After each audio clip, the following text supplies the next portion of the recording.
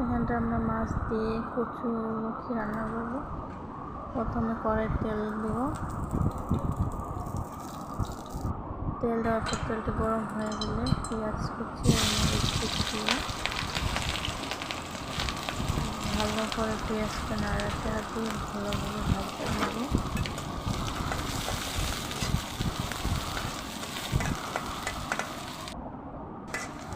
তো এখন আমাদের ভাজা হয়ে গেছে, এখন আমরা মশলা দিয়ে দেব। এই যে আমাদের মাছ রান্না হয়েছে, এখানটা ধুয়ে মাছ আর কচু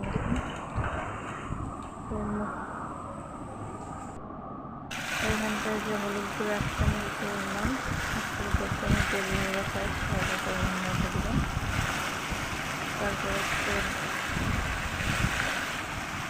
মরিচের গুঁড়া দিয়ে দিলাম 2 চামচ। তারপরে ভালোভাবে চামচ দিয়ে মাখতে হবে।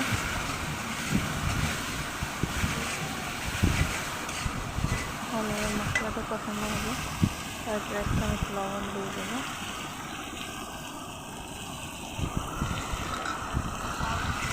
তারপর মশলাটা ভালোভাবে কষাইয়া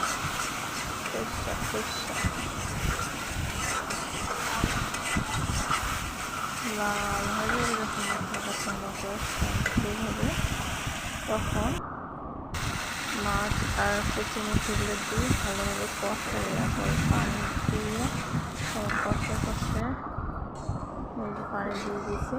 দেওয়ার পর এখন ঢাকা দিয়ে